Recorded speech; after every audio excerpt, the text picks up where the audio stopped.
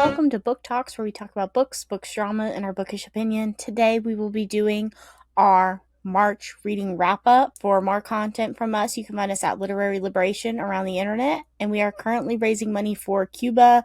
There are a couple different flotillas going to Cuba because of the horrific blockade that the United States government does have on Cuba, and we want to support a socialist nation, and so we will have a link below to donate to that to help them get supplies that are needed.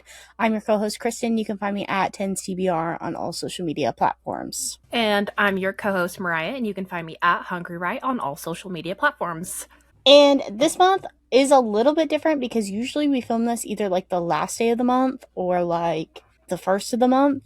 But because of the way that our recording schedule falls, we are recording this 3 days before the last of March. So technically, most of these stats are subject to change, but I don't think, me personally, I will be finishing any more books this month. I don't know. I mean, if I finish anymore, I'll probably just include them in April's wrap up or something. Because I was working on One Piece, I was trying to get caught up on One Piece, but maybe I'll just hold off until Tuesday or whatever. But yeah, I think this feels sacrilege. It Wednesday feels sacrilege is the first. Because we are purists and we don't like to be liars. So perhaps but unfortunately, if we recorded on Wednesday, it'd be too close to our upload because we are trying to get this up the first Thursday. But this month, I did pretty good. I read 7 books this month, which is 75% more than I read last month. That's pretty good. I didn't do any of the percentages to see my increase or decrease, but I can pop into my story graph real quick. We will also have Mariah's stats will be right here in between us. We will alternate our stats too, which I believe has the percentage of books that you have.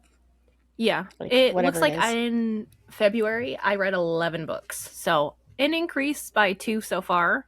And I read more pages by 300. I think it's because of the manga and stuff that I was reading. Yeah, I got my average it's hard to talk about books that I've read because we also listen to audiobooks, but the way you track them is kind of strange on Storygraph. You either have to commit to hours or pages, and I do hours. Do you do hours? Mm-hmm. And it converts it to pages for everything. I just do the percentages, and then it transfers it or whatever as pages, because I read 3,456 pages in March, which is an increase. That's always good. I think anytime it gets warmer out, I read more, and this has the opposite effect for Kristen. Well, I actually did read more this month too than last month. Because last month I was also sick with the flu for 2 weeks out of the month, but I ended up reading 2,077 pages, which is a 25% increase. I did read a lot. I read a lot of shorter books this month too, though. I think a good chunk of them were under 300 pages. And then my average rating this month was 3.61 stars, which is actually down 0.39 stars from last month. So I rated everything a lot lower overall, which is interesting because you think whenever I have higher ratings, that means I'm reading more. But I think whenever I'm reading stuff I'm not vibing with, I'm trying to finish it faster to move on. Okay. I mean, that can make sense. The only reason my rating is so high, I think, is because I've been reading so much manga. And I mean, manga would have to be really hard for me to rate it low unless it wasn't drawn well and the plot wasn't there. So I have a 4.9 or 1.9 star on average, but it's One Piece and Rooster Fighter that are occupying that. So maybe I'll split up my ratings and average them and see what the actual literature, just straight text books are versus what my manga is for next month for Q2. That's what I can do. Yes, because this is wrapping up Q1 for us, and for Q1, I guess as of now too, I think I've read 18 books so far this year total, which is one behind what I need to be at right now. That's still really good. I think every year you improve a lot. Yeah. I'm at, it says 42, let me see, but 20 of them are manga. So I'm reading less textbooks this year, and I'm reading more manga because I don't know, I just needed a change of pace. So my numbers are going to be very inflated this year, but I will do my best to make sure there is a distinction there so people don't think I'm lying. Yeah, I don't read manga, so that's not really something I have to calculate in either. But I guess my average time to finish a book was 10 days to this month, which is again 2 days slower than last month's average, which was 8 days. But I read more this month than I did last month, which is kind of interesting. I wonder if it's Like I read because you like were reading a 3 books lot, more. like in between a lot of books, right? In February, and maybe you finished them up this month.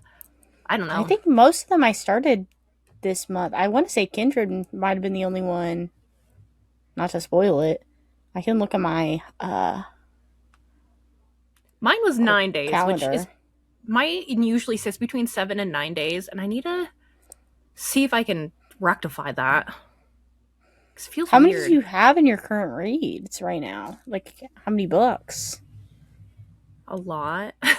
So I bet that will affect your. It says 4 Mm-hmm. right now, and then I have a bunch that are paused because, like, if they run out of time on the library on Libby, or I'm in between doing like shit or whatever, like, then I have to put it on pause and I have to wait for it to come back and be available on Libby. So then it's like, okay, I read this much of it, and then stuff happens. It's This year has been like a kind of a weird reading year for me. It's hard because on Storygraph it doesn't tell you when you start a book on the graph. You know, you'd have to look at it individually. But I think there was only one book that I started.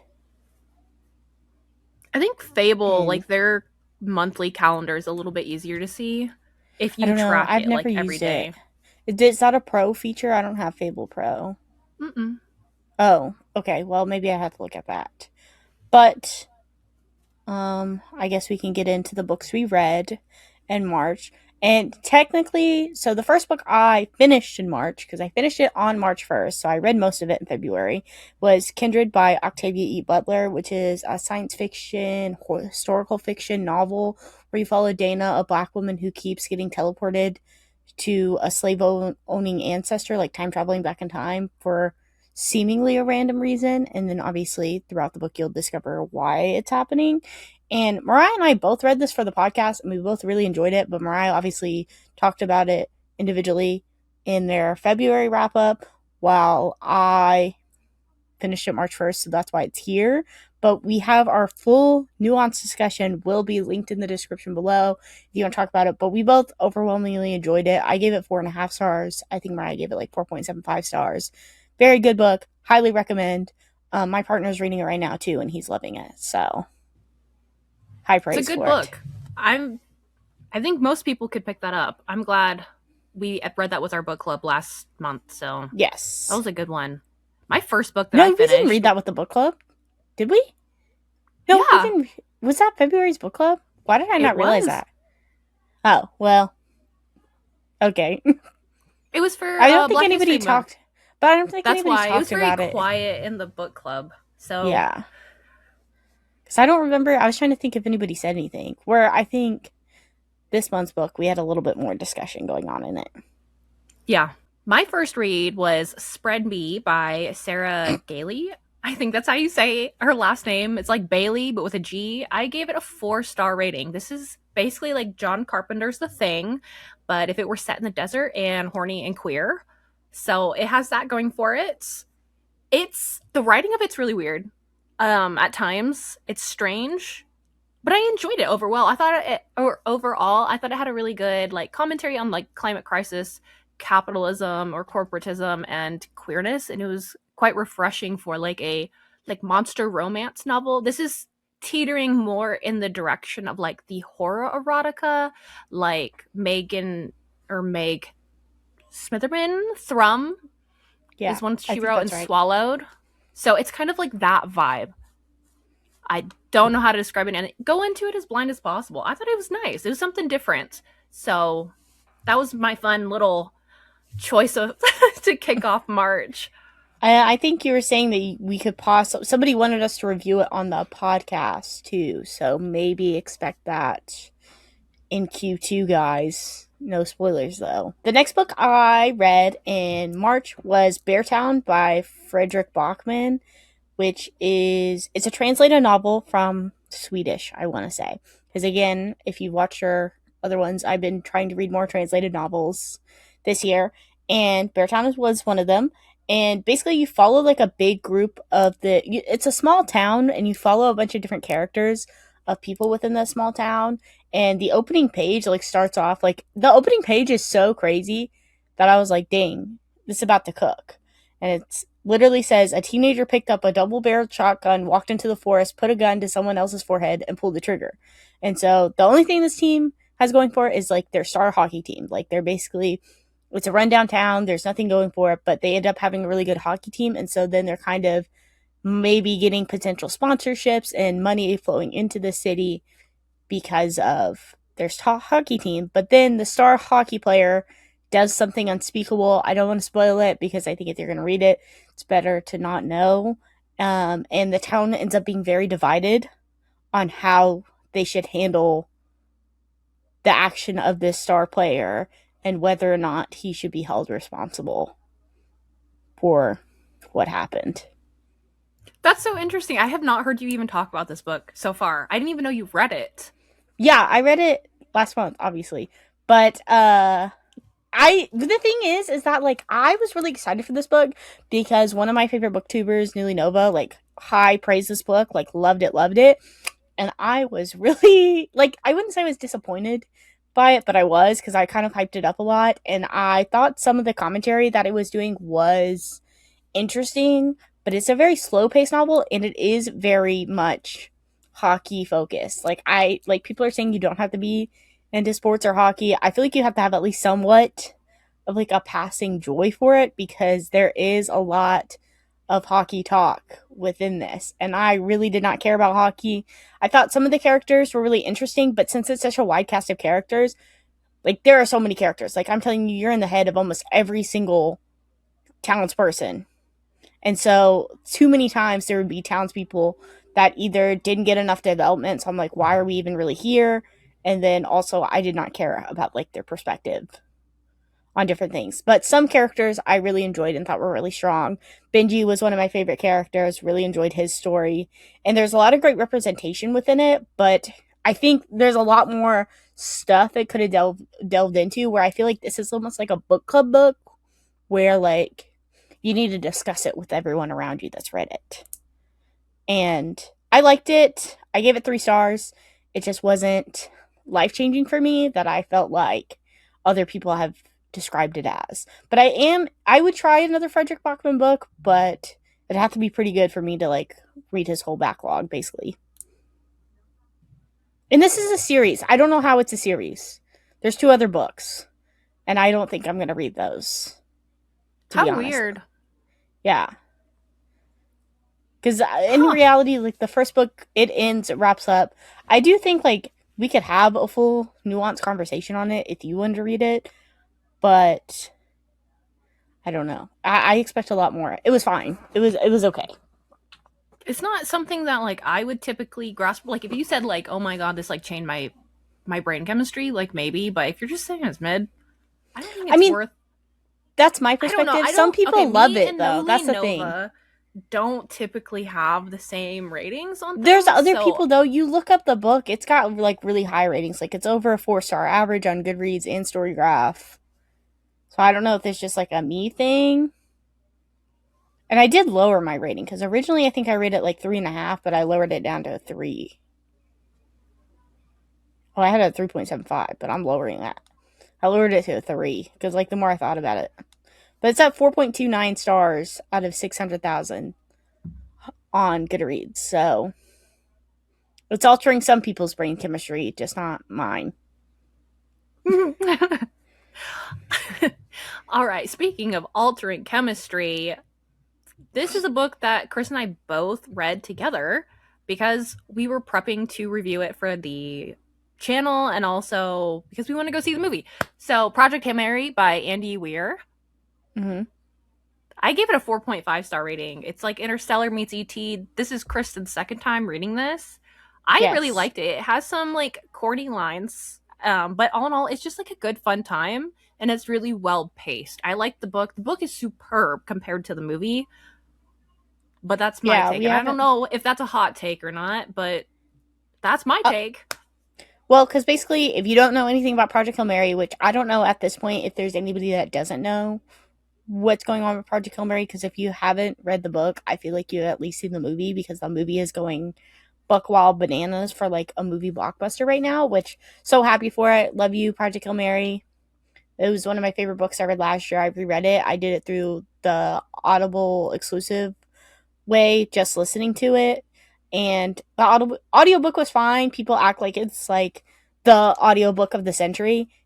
Carl beats it by a long shot, just saying. It's good, but it's not gonna, I don't think it's necessarily life changing or necessary to get the full experience of the book because I physically read it last year and I felt like I got the same things out of it.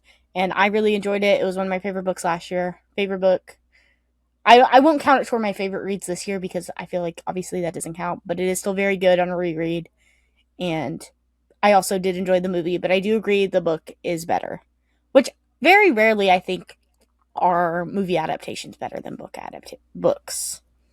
Except for like Gone Girl. I think that's one that's like I still sticks need out to that the read movie's Gone better. Girl. I keep seeing edits of it. I've been seeing edits on it online for the longest time, and I just need to commit and read it because I think I still have it on my shelf. Maybe, or maybe I finally got rid of I it. can send you my copy because I don't want it anymore.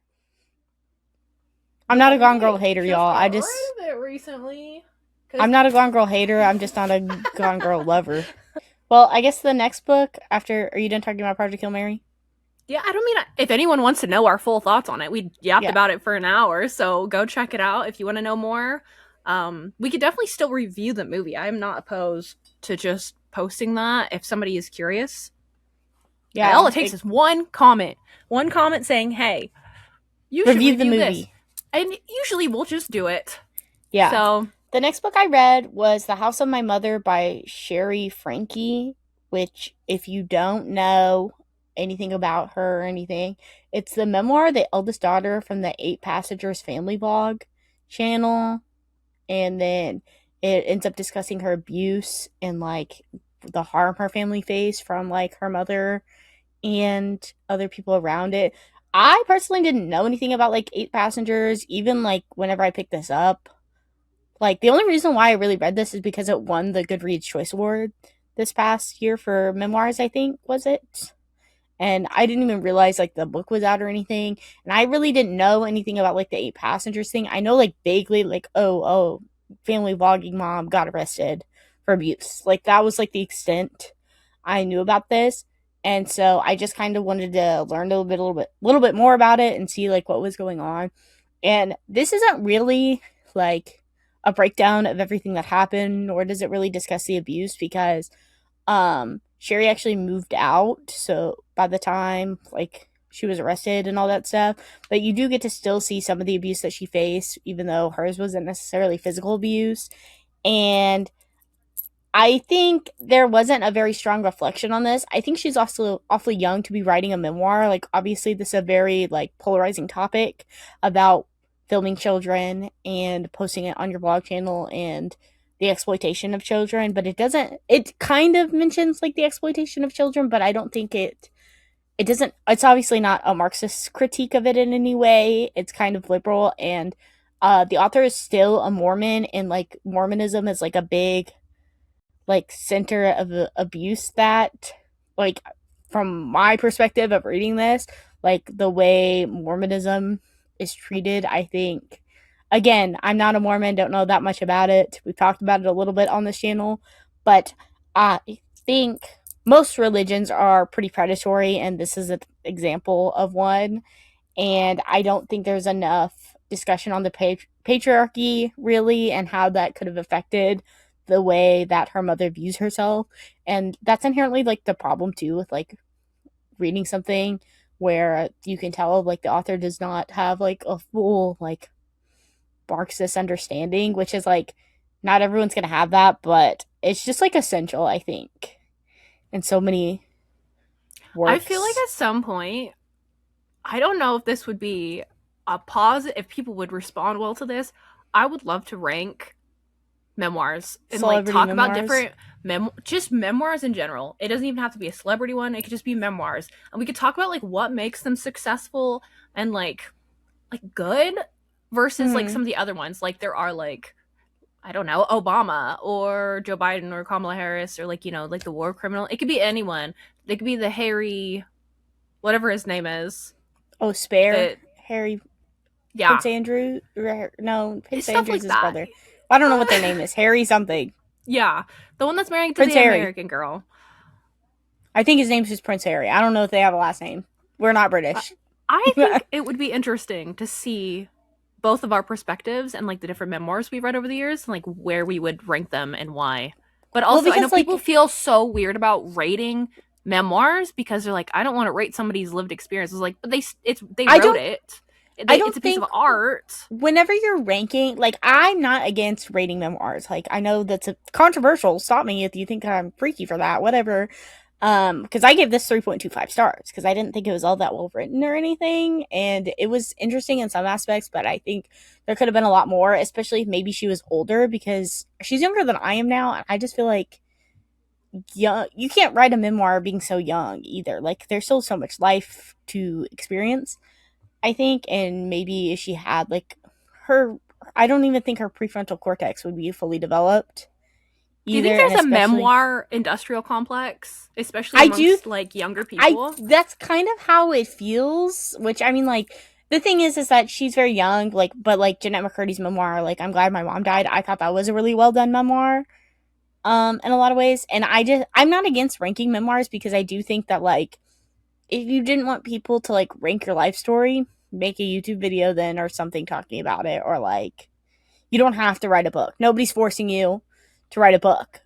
But I feel like the goal to capitalize off of it, because I do think specifically like a memoir is trying to capitalize off of it, because I think if you were just like not trying to capitalize it, it would make it different if you're but like I spent my money on this book. I bought the physical copy, you know. I feel like I have every Yeah, right like you to spent rank it. probably you had a hardback copy, didn't you? So it was like Yeah, because it's 20 new. something dollars. Yeah.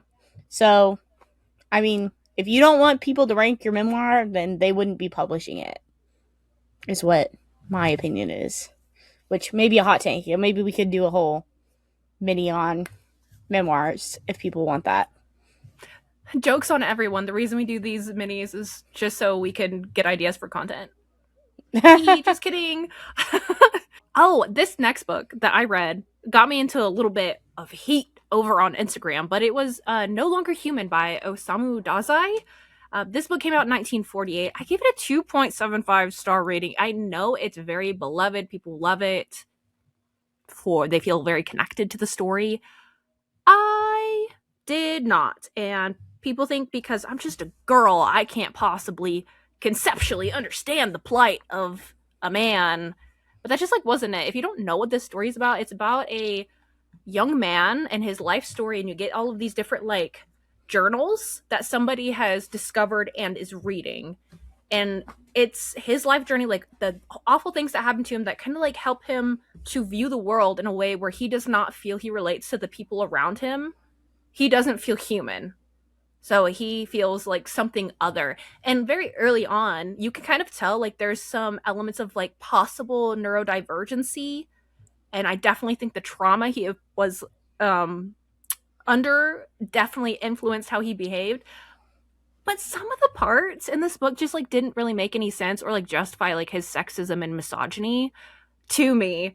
And then also he's like there's a whole chapter in this where he joins the Marxists in Japan and he kind of just like uses them and he thinks that they're really stupid and that they don't vet their people properly and all this. I don't know. It's really weird.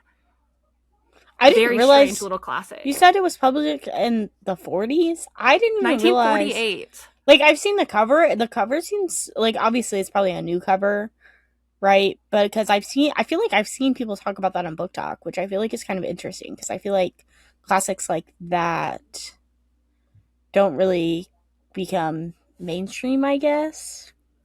I Which don't I know guess if is, it's with like the rise of like manga and anime, and Junji Ito has his own graphic novel adaptation. He does Mm-hmm. classics because he's got one for Frankenstein and he has one for this one. And I remember, I think it was the summer that you came to Portland. I started reading it. And I was like, oh wait, this is an actual classic. I need to read the classic first before I Oh, continue reading it. So I think I'm going to try to read Junji Ito's version and see if I like it more. But I just don't think it was for me. Like he was rich. He was like an aristocrat too. I cringe. I don't know. It's what do you want me to do? I'm sorry. Cancelled. You're just too stupid to understand it, Mariah. Just a girl. You don't know what it's like to be a man. The next book I read this month, dang, I read a lot of translated novels actually this month.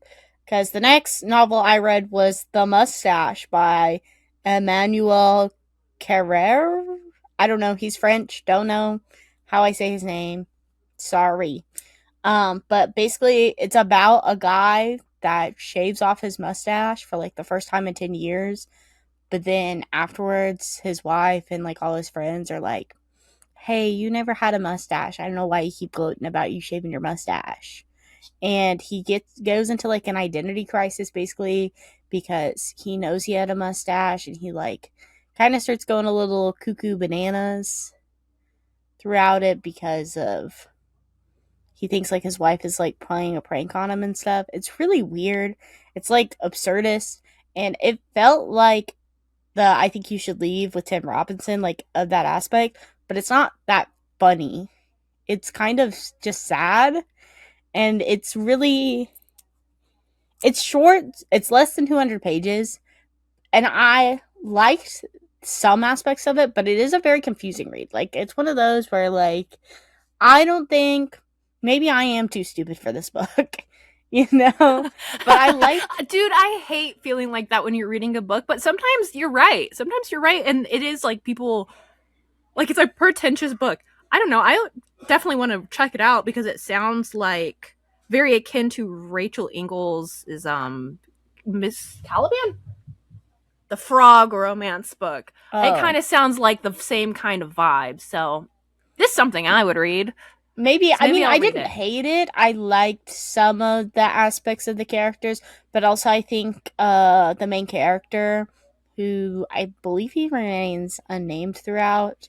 I didn't necessarily love his perspective on a lot of stuff, which this was written in the 80s, so it is a little bit dated with some of the terms that it uses and is a little uh Is it homophobic. using gamer words? It does use a slur. Um, I will say that. And I don't know, like there it was really interesting though because like I don't know a lot about French politics either, but they do have like actually like democratically socialist candidates and Fabian something cat something Fabian with a C. If you're French, you probably know who I'm talking about.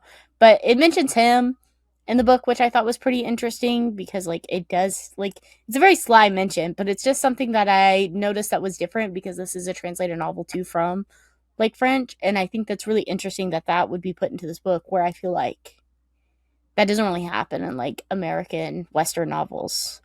Like they would even mention like Bernie Sanders is not getting like a shout out in most books.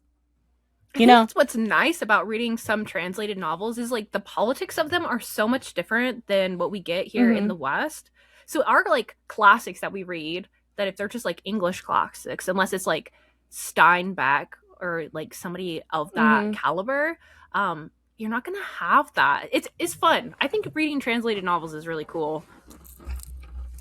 Yeah, I read a lot this month. I think I read 3 this month, so which is a lot for me. I don't know about other people. I'm sure there's people that read those all the Don't read time. any. Yeah. My next read though was Daggermouth Another by cancelable take. H.M. Wolf. This book has been all over my For You page. It's been all over threads on Instagram. It's been on Bookstagram. It's been everywhere. And it has tremendous ratings. This just came out in like February, I think.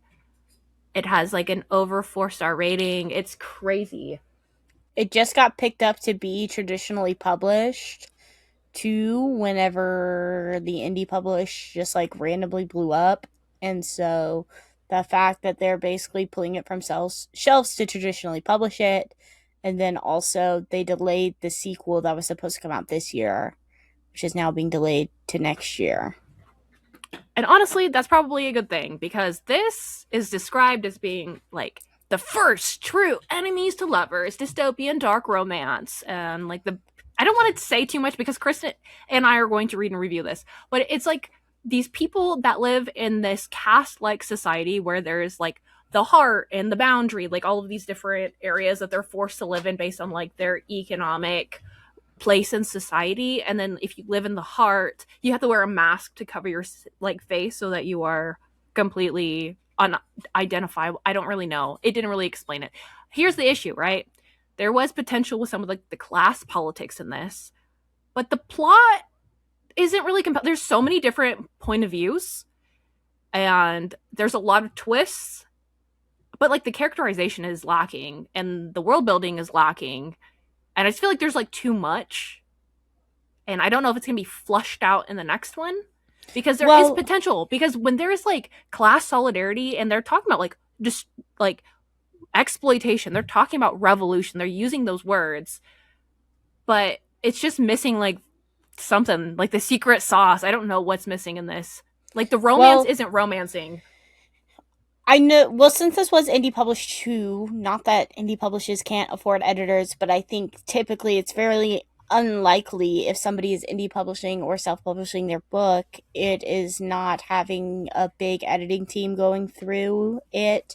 But now it's being picked up for trad publishing. I imagine maybe the sequel will be better because they'll have like an editor and stuff probably go through it and hopefully help with like plotting properly. But is this supposed to be a duology? Do you know? I have no idea how many are going to be in this series or what. I don't know. I I can't imagine it being, if it's paced the same way, it being wrapped up in 2 books. I think it would be really rushed because even this felt remarkably rushed despite it being so long. I think it's over 500 pages or something. It was I really think so. long.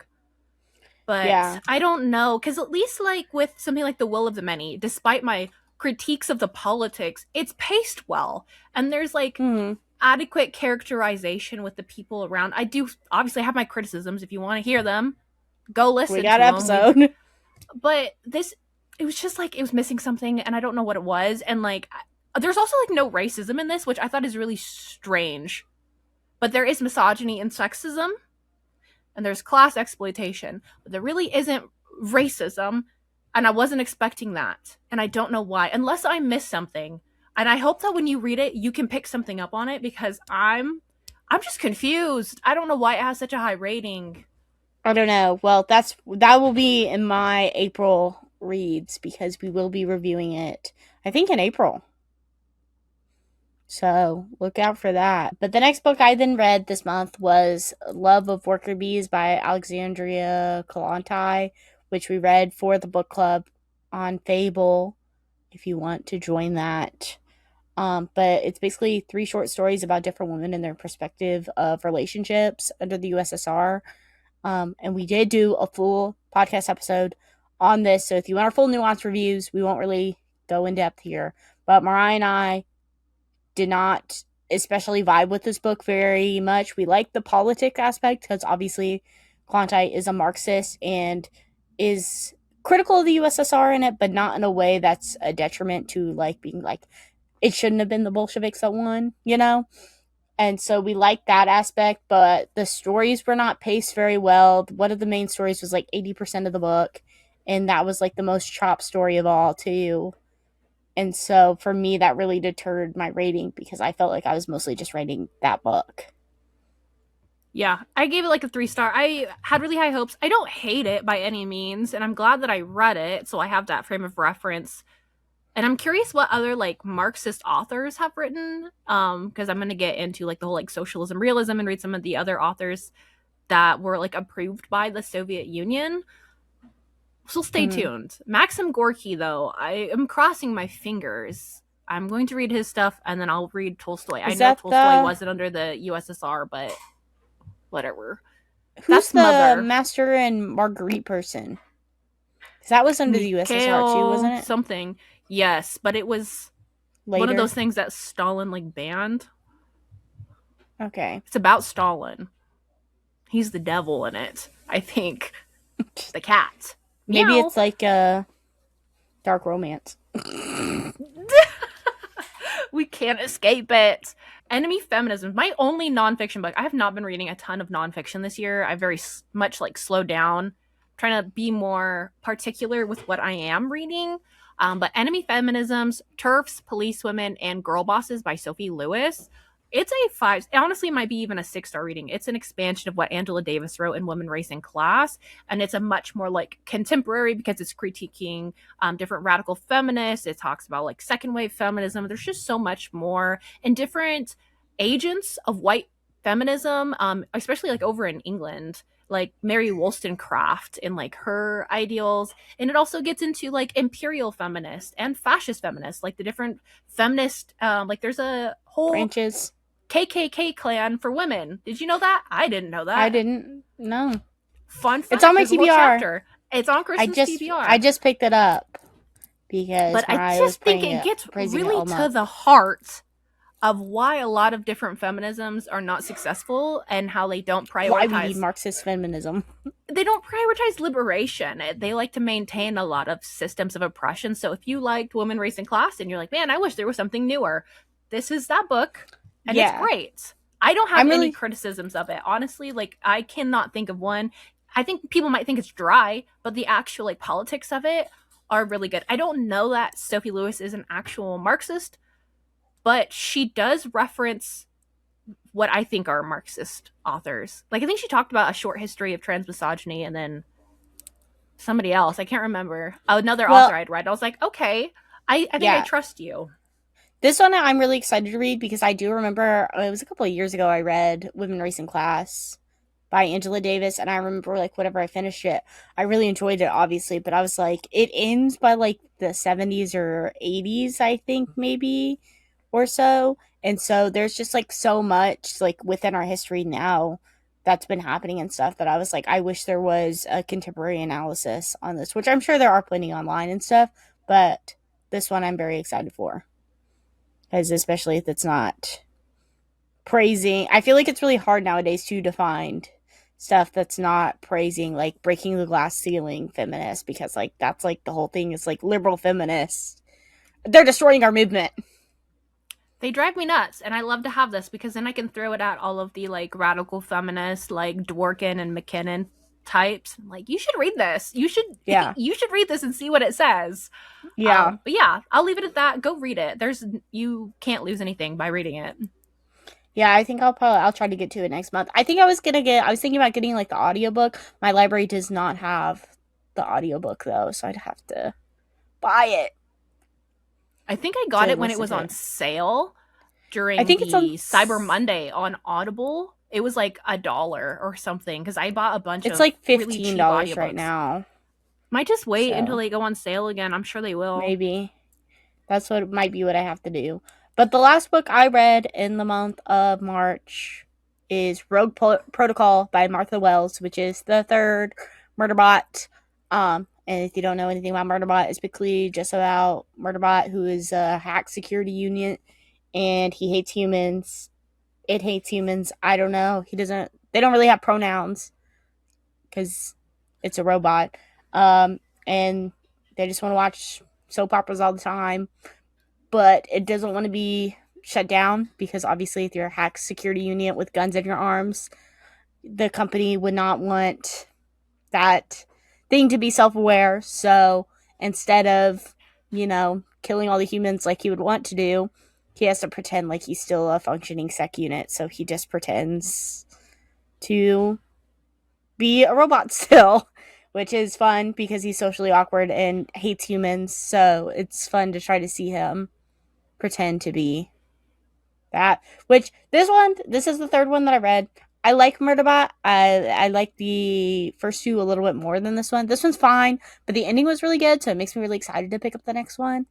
But the main story, because they're all like little novellas, and the main like conflict of this one and like the side characters of this one, I just didn't care for. But it's still good. I give it 3.25 stars. Love you, Murderbot. I will be reading the next one soon. Nice. Well, my last books that I have read are actually just manga. This is just a section for manga. So I read 2 volumes of Rooster Fighter, which I think is about 8 chapters. It's 5 and 6. I started reading this last year. I think because I saw some panels over on TikTok and I was like, what the fuck is this? Because it was two chickens fucking, but it was drawn in manga style. And I was like, this is real. And I got the manga, I read them, and I was like, holy shit, it's beautiful. Like, it's drawn so well. It's very silly, goofy. And then this month, like a couple weeks ago, the anime came out. So it's got a full animation now. So I was like, oh shit, I gotta read more and get caught up. So I read the fifth and sixth, and it's crazy. It's about a rooster and roosters that fight demons and devils. And like the plot is finally building in a way that's really interesting. I thought it was going to be silly goofy like the whole time, but it's not.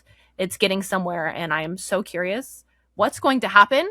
But there's only 3 more out, and then I will be completely caught up, which is going to be like a first, because I think the only other one I'm caught up with is PTSD Radio, which who knows when the next one of that's going to come out. And then I read One Piece. I am officially 25% of the way through One Piece. I'm in the Sky Island, Sky Pia Pia. I don't know how to say it. Arc. They're in a sky island. They had to like go up a water spout in a boat and then get into the clouds, and the clouds are the ocean. But inside this, there's like ICE agents and immigration, and it's like people having their land stolen and stuff. The politics of One Piece are great. The women are hot. It's crazy. I'll I take don't your know word what's for going that. on. You have to take my word for it. I get it. I'm here for it, and that's all I have to say really about One Piece right now. I'm just really happy. I'm 25% of the way through. There's 1,100 chapters, so I've read 275 so far. Wow. That's a lot. If I Yeah. can finish One Piece, like reading it all the way, it's like finishing Dostoevsky. Like, this is going to go down in human history as being a modern day classic. People just need to start accepting it, because it is. It's like Okay. how like they're serialized, in the way that Mm-hmm. like older classics were. I can completely see this being up to par with that. So that's my take. It's the Count of Monte Cristo of the new age. I haven't read the Count of Monte Cristo though, so I just Might take what be I'm nothing like saying. that. Yeah. So neither of us DNF'd anything in the month of March, right? No, I don't know I didn't. why. I haven't been DNFing things, but perhaps I ought to be. I don't know. I mean, it was an okay month. There was nothing I like hated really. But what I'm currently reading right now is Chaos, Charles Manson, the CIA, and the Secret History of the 60s by Tom O'Neill, which is about a journalist who's become obsessed with like the Charles Manson uh murders, like specifically the one of Sharon Tate and the people in her house. And he basically has been uncovering some FBI, CIA secrets and perjury claims. And so basically, it turns out that maybe Charles Manson's arrest is not to the full story. And I just finally got, like, today, I just got into, like, the good part of it finally, because I feel like the beginning was really slow. And I have to see what percent I'm at. I'm at 43% now. And so now it's finally, because I will say I was really confused. I didn't really know anything about like the Charles Manson murders or anything, and I was like, what is the point of this really being published? But now I'm finally getting into the meat and potatoes of like, maybe the US government isn't good. No way. Who would have thought that? I'm also reading something about the CIA. This is something that's been on my list for years and years, and I finally am getting around to listening to it as an audiobook. I gotta get a physical copy of this because this shit is bonkers bananas. It's called Operation Gladio, the unholy alliance between the Vatican, the CIA, and the Miami. Why did I and the mafia, not the Miami. This is like tin fat. What? I was like, this is like tinfoil hat type shit, is what I wrote. It makes me, this is like Jakarta method. This is essentially like Operation Condor, but what happened over in Europe. And it's so like there's so much shit that I didn't know because like I feel like when I read about the CIA, I'm always reading about what happened in South America. Like so there's so many different instances, and this is just completely different.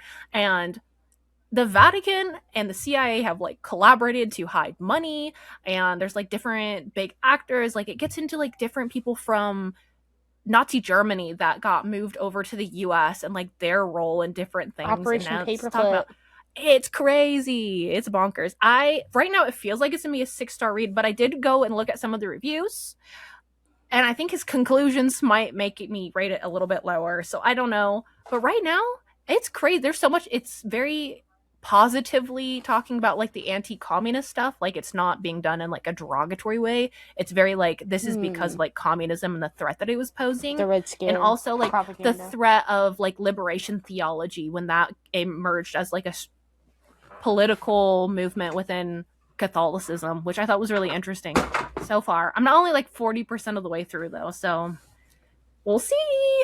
The next book I am currently reading right now is We Are Legion by Dennis E. Taylor, which is it's about a guy named Bob who basically fell into some money, and then he signs up for like a company that's basically like, whenever you die, we can revive you once the technology is good enough to revive you and save you from whatever killed you. And then he ends up getting hit by a car, and so he's dead. But then it fast forwards to the future where he's getting revived, but he got revived as an AI, and he's basically living in this Christo-fascist world. And Interesting. well, you think so, but well, because everyone's recommended this because they're like, this is like Dungeon Crawler Carl 2.0. Like, if you love Carl, if you can see my background, I love Carl. And they're like, oh, this is basically like Carl 2.0. I'm 30% in. I don't get the hype. I really don't right now. So I don't want to have any too hasty judgments because obviously 30% is still very early on. But I don't know. I have to finish it before I can have any full thoughts. But I will say right now, I'm not obsessed with this either. Like Carl, I like binge read this. I've been reading for over a week now, and it's like I pick up other stuff rather than picking up this. How interesting, because usually if it's a fantasy novel or some anything, It's you're sci-fi locked in. specifically, Yeah. usually, but I You're don't like know locked this one. in. And it's done by I've been listening to the audiobook as well. It's Audible exclusive, but it's done by the same narrator as Project Hail Mary, Ray Porter, which he does a fine job. But again, it's no Carl. But Jeff I don't Hayes know. just gets it. Well, that's the thing is that like people are like, this is Carl. This is just like Carl. I don't know. It makes me scared for the other suggestions that people have had, like because I have that Dungeon Crawler Carl void right now until May, and so I thought this could hold me over because there's like 4 or 5 books in the series, but we'll be lucky No. if I even finish the first one. Apparently, Hopefully it picks up. I really do hope. I mean, there's got to be I don't know. something now. Tyler's further ahead than I am, and it doesn't seem like it. So we'll see.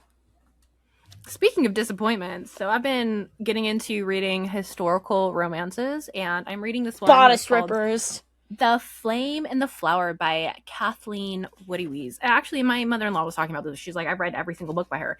And I didn't know what, like, I know I've heard the term bodice ripper, but I didn't know exactly what the definition of it was in historical romance. But it's about like a male protagonist that is just, he does like awful things, and then he has to do things to redeem himself, and you kind of like are weighing like the dilemma of whether or not it can be forgiven. And there's the usually 80s really heavy version of dark romance. Dark This was like romance. where it started. I don't actually know if this is where dark romance started. I'm sure there's some other texts, but right now in my head, this is where it started. So I'm at like 200 pages in. He so if I excuse like the fat phobic comments and shit that were in there, I was like, okay, whatever. She gets sexually assaulted by this captain as a minor, and I'm like, okay. she's like 1 month away from being 18. So I was like, okay, it's like a weird, barely legal thing, but it's like the 1700s. I'm not that I'm willing to look past it, but like maybe he can redeem himself if he has some sort of like change of heart. He owns a cotton plantation. He has slaves in Oh my America. god. And he's like, I can't wait until he uses a slur, the N word of the house. She That's wants me to crazy. have a And kid this so a that she white can woman take care writing of this? it. Yeah. So I'm like, what the what? So unless he's like giving his plantation back to his people, there is no redemption. And the worst part of this thing is it is so well written. It is so well written, and it's crazy. But he's So will you awful. He's read terrible. more of I'll her read her work? other books. I will see Does she how have they a are. lot? Yes, but not like a ton. But she's got a pretty good backlog, I think. But this is the most popular one. I just picked up a couple more today. I'm gonna try them out because there's so much like compared to like the shit that is being produced today. There, this has like the secret sauce in it. It has the build. It has everything I could ever want. I don't know, but like some of the like at least the last one. Apparently, But the Laura love Kinsale interest. is more of like historical romance, but this is more like bodice ripper Okay. vibe. They both have like erotic elements though, so Is there I don't like know. actual like I wouldn't say erotica. Is there smut? Or is it more like fade to black? I mean, after the so like in the Laura Kinsale one, there is smut, but there's only like 2 scenes. But the way it's Okay. done is beautiful. It's delicate. It's wonderful. It's tender. It's touching. I don't know if this one's gonna be like that because the only scene has been terrible. That's the only one so far. 200 pages in, and that's the only instance. Oh, and she's pregnant. So Oh. I love that for her. Anyways, I'll follow up. Next month. Come back next month to see Mariah's full review. And then my final currently reading is Margot's Got Money Trouble by Ruthie Thrope. I don't know. Thropey. You'd have to ask the audience on that one, y'all. But this is basically about Margot, who is a college dropout who is preyed on by her professor and ended up being pregnant. And instead of getting an abortion, she becomes an OnlyFans model. And she's also trying to navigate her complicated relationship with her dad, but then also her mom, which her mom's not mentioned in the back of the book because I started this today and I'm about 60 pages in. So, which will be reviewing this for the podcast next week. It'll be going up, and we need to read it now because we actually have to record early. So that's why we're currently reading it now. But in the back of the book, it only mentions her dad really, which so far where I'm at, it's more focused on her and her mother's relationship, I think. I don't know how far you are in it. I think I'm Because still I'm in the first chapter. Like I oh, got the audiobook. It just came in today. So I am gonna tandem read it and see because it's read by Elle Fanning. So I thought that might be fun is just that to who's see how going to be she in the reads show it. too? Yeah, She's going to be Margot. That's also why we're reviewing it, because there is an Apple TV adaptation coming out next month, which I was hoping. I was like, well, maybe it'll come in time, and it did. So I'm gonna be able you to got lucky listen because to it'll it. probably be. I bet it's getting on everyone's hold list here soon. I mean, I'm just physically reading it by itself, and it's fine so far. I like it, but I'm also only And that's 20% in. it. So, And are you reading then the anything other else? book I got, Longing for the Alien Lawman by Urza Dax. This is the newest alien cowboy book that she has out. It's cute. She's about a Filipina doctor, and she's really cutesy and is trying to win over the heart of the warden low key, but she doesn't realize it yet. And they kind of like have feelings. They're cute. Like they're just like a cute little alien romance. It's good to fall asleep to. You know, it doesn't give me nightmares. And I speaking of can't fall nightmares, asleep reading. I am reading Nightmare Obscura, which the full title is Nightmare Obscura: A Dream Engineer's Guide Through the Sleeping Mind by Michelle Carr. This is something that was very popular on nonfiction book talk and bookstagram last year, and it's all about dreams and like the science behind it and like the cultural significance of like why so many people around the world are having the same dreams. It's a weird thing to study, and I think Kristen's gonna like it because fun fact about Kristen, exposure right here. Kristen has some crazy ass fucking dreams. I always have crazy dreams. Like I feel like I'm dreaming every night, pretty much too, which apparently is not I wouldn't say, I guess it's not normal, but I feel like everyone's always like, I never remember my dreams. And I'm like, no, I remember them all the time. They're always weird. And then the thing is, the only dream that I have that's reoccurring, which is never like the exact same dream, it's different every time, is just like a plane either crashing into my house or I'm on a plane and I'm in a plane crash. And the worst part about it is that I have these dreams so often now. So that before I used to wake up as soon as like the plane would crash or whatever, but now I'll keep dreaming after the plane crashes, so I think it's real in my dream. Because I'm like, oh, if I was dreaming, I would wake up as soon as the impact is, because, they usually like, jerks people awake. But now I just keep dreaming it, and it'll be like disaster and destruction. I'm like, this sucks. I wish this was a dream. Sorry, that's it. That's all I got. I mean, Yeah. what's next on the podcast is going to be quite a few book reviews that are coming out. The next one, obviously, we already talked about it, is going to be Margot's Got Money Trouble. Yep. And then we have And Daggermouth then later this month. And then Book Club book Book, which club. is You Weren't Meant You. to Be Human Yeah. by Andrew Just White, which we are reading that over on Fable. If you want to join our Fable book club, Lit Lit Pod on Fable, or it'll be linked below. You can join and get our early thoughts before we publish the episode. Which I'm really excited for that one because I read another Andrew Joseph White book last year and I really liked it. So I have high hopes for this one. I And do this too. is This is the his first first adult, adult novel. Yeah. which The intrigues rest of them me. were YA, which they're pretty graphic. The one that I read anyways was still like graphic in the horror element for YA. So it'd be really interesting to see what it's like full mask off. You know? We'll see. Keep an eye out. Make sure you like and subscribe or follow on wherever you're listening or watching this on. That would be really cool. Yep. And other than that, thanks for listening and thank you and good night.